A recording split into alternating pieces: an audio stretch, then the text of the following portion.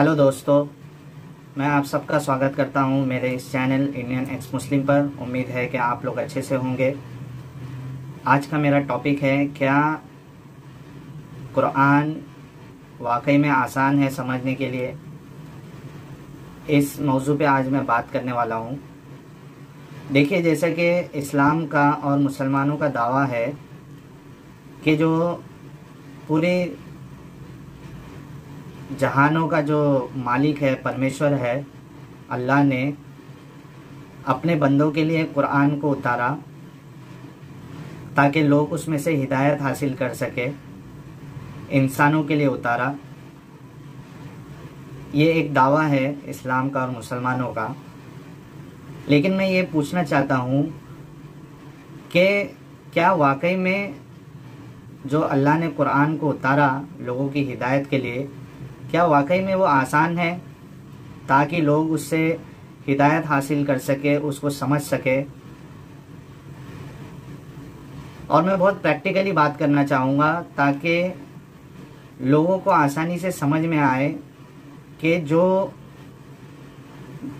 हमारे डाउट है वो वाकई में वैलिड है या नहीं है। अल्लाह ने कुरान को उतारा लोगों की हिदायत के लिए, तो उसको कितना आसान होना चाहिए था। उसमें मल्टीपल इंटरप्रिटेशन की गुंजाइश नहीं होनी चाहिए थी कि एक इंसान उसको अलग तरीके से उसका मतलब समझे, उसका माना करे, दूसरा इंसान अपनी मर्जी से कुछ अलग माना करे। हालांकि इसको इतना सिंपल होना चाहिए था, जैसे 2 + 2 = 4 होता है, 1 + 1 = 2 होता है। तो दुनिया का कोई भी इंसान इसको 1 + 1 = 2 ही समझता है। 1 + 1 = 5 या 4 कोई नहीं समझेगा। उसी तरीके से जो हमारा रब है या पालनहार है या परमेश्वर है, अगर उसने भी अपने बंदों के लिए किताब उतारी है तो उसको भी इसी तरीके से उतारना चाहिए था कि लोग उसकी बात को समझ जाते। क्योंकि इसको ना मानने पर अल्लाह ने जहन्नम का वादा किया है। तो जब आप इतनी बड़ी सजा दे रहे हो तो कम से कम उसको आसान तो कर देते कि लोग उसको आसानी से समझ जाते और अल्लाह पे ईमान लेके आ जाते। अब देखिए, कुरान खुद इस बात का दावा करता है कि ये आसान है। अगर आप सूरतुल कमर पढ़ेंगे, ये सूरा नंबर 54 है, चैप्टर नंबर 54 है, उसमें जो वर्स नंबर 17 है, उसमें अल्लाह फरमाता है, वलक़द यस्सरनल कुरआन लिज़्ज़िक्रि फ़हल मिन मुद्दकिर। अब देखिए, ये मेरे पास जो कुरान है इसका नाम है पवित्र कुरान, और इसका हिंदी अनुवाद जो है, उसका जो तर्जुमा है, उसको मौलाना मोहम्मद जूनागढ़ी ने किया है। और इसमें जो तफसीर लिखी गई है उसको हाफिज सलाउद्दीन यूसुफ साहब ने लिखा है। अब देखिए उसका तर्जुमा क्या करते हैं, जो मैंने आयत कुरान की पढ़ी, और बेशक हमने कुरान को समझने के लिए आसान कर दिया है, तो क्या कोई नसीहत हासिल करने वाला है। यहाँ पे कुरान का दावा है कि कुरान जो है वो समझने के लिए आसान है। अब हम टेस्ट कर लेते हैं, जांच लेते हैं कि वाकई में कुरान आसान है समझने के लिए, और उसके बाद आप खुद फैसला कर ले। और वो मेरे मुसलमान भाई जो मेरी वीडियोस पे आके जो कमेंट करते हैं, वो खुद थोड़ी देर इंसानियत के लिहाज से, ईमानदारी से मेरी बातों को सुने और फिर उसका जवाब दे। इमोशनल होने से या गाली गलौज करने से या बुरा भला करने से कुछ साबित नहीं होने वाला। आप दलील के साथ अपनी बात को रखें और मुझे गलत साबित करें। अब देखिए, ये जो आसान वाली बात जो कुरान में लिखी है, इसके तफसीर में क्या लिखते हैं ये, यानी उसके मायने और मतलब को समझना, उससे नसीहत हासिल करना और उसे याद करना हमने आसान बना दिया है। हकीकत यह है कि पाक कुरान अपने चमत्कार, असर और भाषा शैली के बिना पर सबसे ऊंची किताब होने के बावजूद कोई इंसान तनिक भी ध्यान दे तो वो अरबी व्याकरण, ग्रामर और भाषा शैली की किताबें पढ़े बिना ही उसे आसानी से समझ लेता है। अब देखिए कितना बड़े बड़े क्लेम है इनके। इसी तरह ये दुनिया की सिर्फ एक किताब है जो एक एक शब्द यानी लफ्ज याद कर ली जाती है, नहीं तो छोटी से छोटी किताब को भी इस तरह याद कर लेना और उसे याद रखना बड़ा कठिन है। अगर इंसान अपने मन और दिमाग के दरवाजे खोलकर उसे नसीहत की आंखों से पढ़े, नसीहत के कानों से सुने और समझने वाले दिल से उस पर विचार करे, तो लोग परलोक यानी दुनिया आखिरत की खुशनसीबी के दरवाजे उस पर खुल जाते हैं और ये उसके दिल की गहराइयों में उतर कर कुफ्र और पाप की सभी गंदगियों को साफ कर देता है। देखिए कितना बड़ा क्लेम है कुरान के बारे में कि जिसको अरबी ग्रामर नहीं आता वो भी आसानी से इसको समझ सकता है। अब देखिए मैं शुरुआत ही कर लेते हैं कि जो शुरुआत की जो सेकंड चैप्टर है उसी का मैं तर्जुमा आपके सामने पढ़ता हूँ। आप खुद सोचिए कि इसमें आपको क्या समझ में आ रहा है, क्या नहीं समझ में आ रहा है, और उसके बाद आप खुद फैसला कर लीजिए। मेरे मुसलमान भाइयों से भी अपील है कि आप खुद फैसला करो कि क्या वाकई में कुरान आसान है समझने के लिए और ये क्या कॉन्ट्रडिक्शन नहीं है। इससे पहले वाली वीडियो में मैंने कुरान के शुरुआत में जो बिस्मिल्लाह का कॉन्ट्रडिक्शन बताया था। अब देखिए जो ये वाली जो आयत है कि कुरान को समझने के लिए आसान हमने बनाया, ये भी एक कॉन्ट्रडिक्शन ही है, क्योंकि जैसे दावा किया गया आसान है, वो वाकई में आसान है या नहीं है आप खुद फैसला कर लीजिए। और आसान नहीं है इसको समझना, तो ये कॉन्ट्रडिक्शन ही माना जाएगा। अब देखिए जो सूरह बकरा है, इसका चैप्टर नंबर 2 है, उसकी शुरुआत देखिए, अलिफ लाम मीम। अब ये अलिफ लाम मीम जो पहली आयत स्टार्ट हो रही है, इसका कोई माना ही नहीं है, इसमें इसका कुछ माना ही नहीं है। मुसलमानों को इसका मतलब ही नहीं पता है। अब खुद सोचिए, एक आसान किताब समझने के लिए उसमें ऐसी आयत है जिसका मतलब किसी को नहीं पता है। और ये क्यों ऐसी आयत है कि जिसका मतलब ही नहीं पता है? कॉन्स्टिट्यूशन आप बोल रहे हो जिसको कि ये कॉन्स्टिट्यूशन है इंसानियत के लिए, इसको फॉलो करना चाहिए, तो कॉन्स्टिट्यूशन की बातें ऐसी होती है जिसका कुछ मतलब ही नहीं होता, जिसका मतलब किसी को पता ही नहीं है। अब आगे बढ़ते हैं। इस किताब में कोई शक नहीं, परहेजगारों को हिदायत करने वाली है। जो लोग गैब पर ईमान लाते हैं और नमाज को कायम करते हैं और हमारे ज़रिए अता किए हुए माल में से खर्च करते हैं, और जो लोग ईमान लाते हैं उस पर जो आपकी ओर उतारा गया और जो आपसे पहले उतारा गया, और वो आखिरत पर भी यकीन रखते हैं। यही लोग अपने रब की ओर से सच्चे रास्ते पर हैं और यही लोग कामयाबी हासिल करने वाले हैं। बेशक काफिरों को आपका डराना या न डराना समान है, ये लोग ईमान न लाएंगे। अल्लाह ताला ने उनके दिल और कानों पर ठप्पा लगा दिया है और उनकी आंखों पर पर्दा है और उनके लिए बड़ा अजाब है। और लोगों में से कुछ कहते हैं हम अल्लाह पर और आखिरी दिन पर ईमान लाए हैं, लेकिन हकीकत में वे ईमान वाले नहीं हैं। वो अल्लाह को और ईमान लाने वालों को धोखा दे रहे हैं, लेकिन हकीकत में वो खुद अपने आप को धोखा दे रहे हैं और उनको समझ नहीं है। उनके दिलों में रोग है, अल्लाह ने उनके रोग को और बढ़ा दिया है। उनके झूठ बोलने के कारण उनके लिए दर्दनाक अजाब है।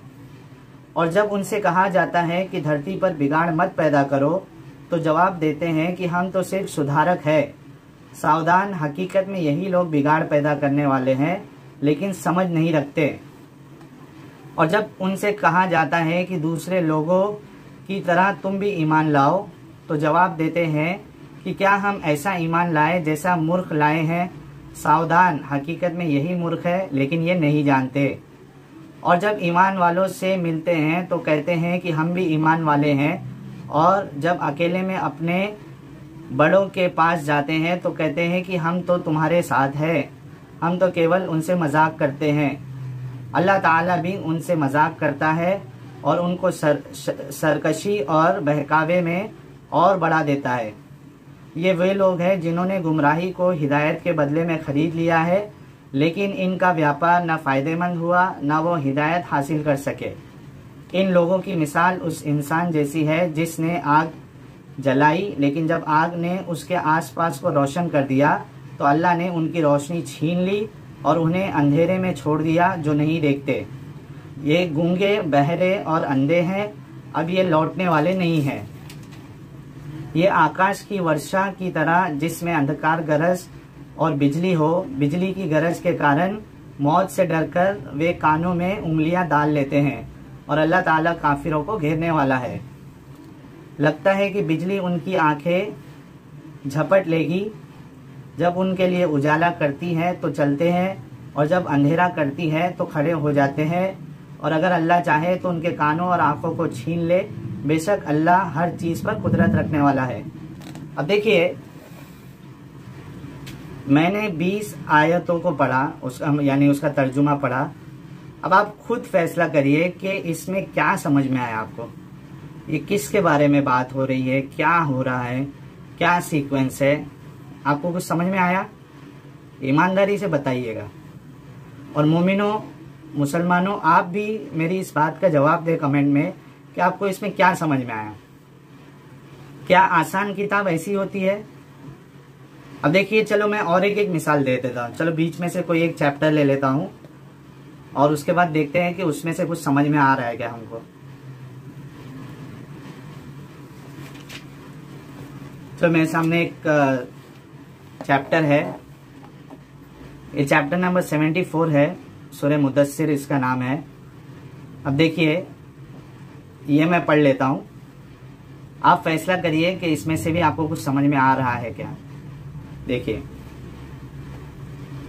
या अय्युहल मुद्दस्सिर, हे कपड़ा ओढ़ने वाले, कुम फअंज़िर, खड़ा हो जा और होशियार कर दे, व रब्बका फकब्बिर, और अपने रब की ही महिमा बयान कर, व सियाबका फतहिर, और अपने कपड़ों को पवित्र रखा कर, व रुज्ज़ फहजुर, और अपवित्रता को छोड़ दे, वला तमनुन तस्तक्सिर, और एहसान करके ज्यादा लेने की इच्छा ना कर, वलिरब्बिका फस्बिर, और अपने रब के रास्ते में सब्र कर, फ़इज़ा नुकिरा फ़िन्नाक़ूर, तो जब नरसिंघा में फूका जाएगा, फ़ज़ालिका यौमइज़िन यौमुन असीर, तो वह दिन बहुत कठोर दिन होगा, अलल काफ़िरीन गैरु यसीर, काफिरों पर आसान ना होगा। ज़रनी व मन खलक़तु वहीदा, मुझे और उसे छोड़ दे जिसे मैंने अकेला पैदा किया है, वजअलतु लहू मालन ममदूदा, और उसे बहुत धन दे रखा है, व बनीना शुहूदा, और हाजिर रहने वाले पुत्र भी, व महत्तु लहू तमहीदा, और मैंने उसे बहुत कुछ कुशादगी दे रखी है। सुम्मा यतमउ अन अज़ीद, फिर भी उनकी तमन्ना है कि मैं उसे और ज़्यादा दूं। कल्ला इन्नहु कान लिआयातिना अनीदा, नहीं नहीं, वह हमारी आयतों का विरोधी है। सउरहिकुहु सऊदा, जल्द ही मैं उसे एक कठिन चढ़ाई चढ़ाऊंगा।